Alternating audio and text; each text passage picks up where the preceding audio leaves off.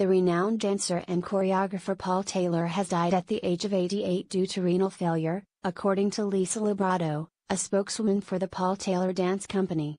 A 1992 honoree at Kennedy Center Honors and, a year later, a recipient of the National Medal of Arts by former President Bill Clinton, Taylor was a giant of American dance and widely considered the last of the 20th century's titans of the form.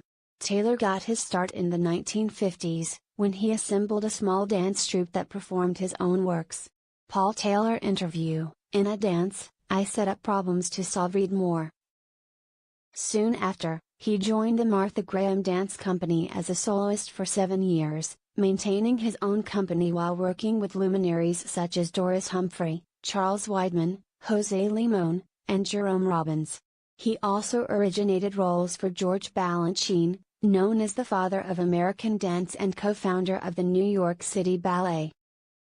Taylor's early works were provocative, particularly late 50s dances such as Duet, in which he and his pianist remained motionless, and Epic, another conceptual piece that saw Taylor move around the stage in a tailored suit. Taylor's 1961 Dance Junction, set to excerpts from Bach's Suites for Violoncello 1 and 4, was well received, but his breakout work was 1962's Aureole, which saw a change of pace, with modern movements set to Baroque scores. Aureole ushered in a prolific period for Taylor, who followed it with masterpieces such as Orbs, which the New Yorker called an epic meditation on life, death and the universe, plus Private Domain and Lost, Found, Lost. "You know he's always saying something," said Alan Ulrich, the San Francisco Chronicle's dance correspondent. "There should be 2 words written on his tombstone," he communicated. After retiring from the stage in 1974, Taylor would go on to cement his status as one of the most important and inventive figures in American dance, starting the Paul Taylor Dance Company, which has steadily worked for almost 5 decades and draws rapturous crowds to New York's City Center and Lincoln Center during its annual Taylor season. His 147th work, Concertiana, premiered at the David H. Koch Theater this past spring.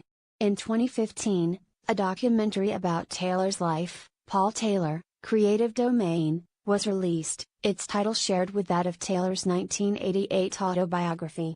Directed by Kate Gesh, the film follows Taylor as a dance of his, 3 Dubious Memories, takes shape, focusing on the choreographer's notoriously elusive creative process and his interactions with his dancers.